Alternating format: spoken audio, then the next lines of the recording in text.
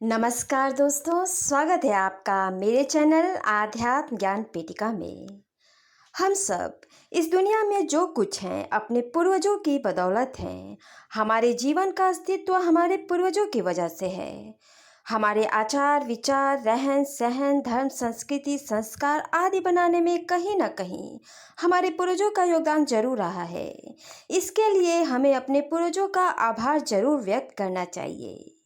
भले हमारे पूर्वज शरीर रूप में इस दुनिया में नहीं है, लेकिन उनकी आत्मा इस दुनिया में कहीं ना कहीं जरूर होगी और हमें जरूर देखती होगी।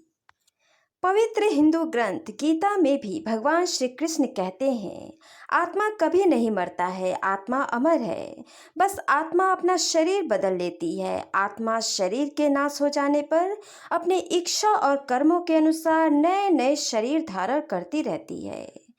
जब तक उसे मोक्ष प्राप्त नहीं हो जाता तब तक आत्मा इस दुनिया में किसी न किसी रूप में जन्म लेती रहती है और इस संसार के भवसागर में भटकती रहती है। हम अपने पूर्वजों के प्रति ऋणी हैं।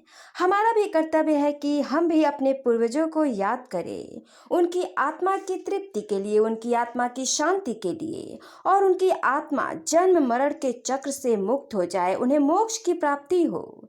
इसके लिए पितृपक्ष में उनके नाम से श्राद्ध तर्पण पिंडदान और ब्राह्मण भोज जरूर करानी चाहिए, क्योंकि यही एक माध्यम है जिसके जरिए हमारे पूर्वजों की आत्मा तृप्त हो सकती है और उन्हें इस संसार में जन्म मरण के चक्र से मुक्ति मिल सकती है और हमें पितृ ऋण से मुक्ति।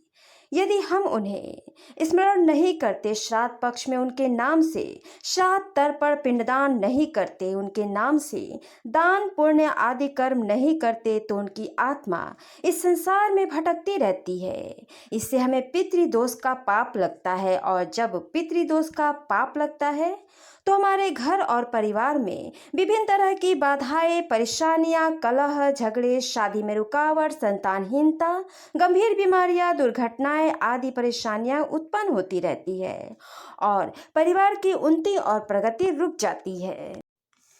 कई बार हम जाने अनजाने अपने पितृ दोषों को इग्नोर कर देते हैं। कई बार समय न होने के कारण या फिर किसी और वजह से अपने पितरों को स्मरण नहीं कर पाते हैं। श्राद्ध पक्ष में उनके नाम से श्राद्ध तर्पण और पिंडदान नहीं कर पाते हैं, पितृ दोषों की शांति नहीं करा पा रहे हैं। तो पितृपक्ष के दौरान एक आसान सा तरीका है जिसे आप करके आप अपने पितृ दोषों से मुक्ति पा सकते हैं।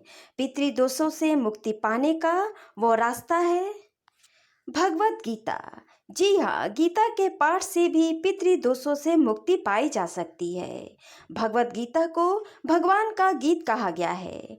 पितृपक्ष में भगवत गीता का पाठ करने से पूर्वजों का उद्धार होता है, पितृदोष से मुक्ति और पितृ शांति मिलती है।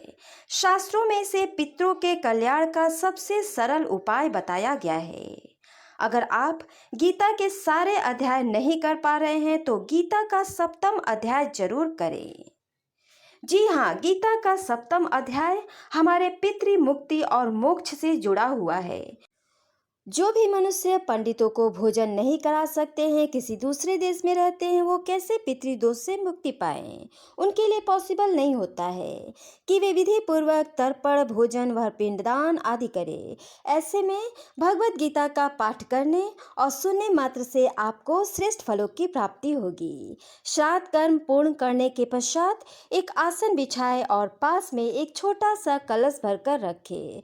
प्रथम श्राद्ध के दिन यानी भाद्रपद पूर्णिमा के दिन जब से पितृपक्ष श्राद्ध शुरू होते हैं, उस दिन दाहिने हाथ में जल भरकर संकल्प लीजिए कि मैं ये गीता पाठ अपने पूर्वजों की मोक्ष प्राप्ति हेतु करूंगा। पितृपक्ष के 16 दिनों में प्रत्येक दिन गीता का एक एक अध्याय पढ़े। गीता में 18 अध्याय है और पितृपक्ष के 16 दिन, जिस दिन घर में हमारे पितरों का श्राद्ध होता है, उस दिन 2 अध्यायों का पाठ करें। इस प्रकार पितृपक्ष के 16 दिनों में गीता के 18 अध्याय आप पढ़ लेंगे। आसपास रहने वाले बुजुर्ग और घर परिवार के सदस्यों को विशेष रूप से बिठाकर गीता पाठ करना अत्यंत लाभदायी होता है। तो इस प्रकार भगवत गीता के पठन और श्रवण मात्र से आप पितृ ऋण से मुक्ति पा सकते हैं और पितरों को प्रसन्न कर सकते हैं। धन्यवाद दोस्तों।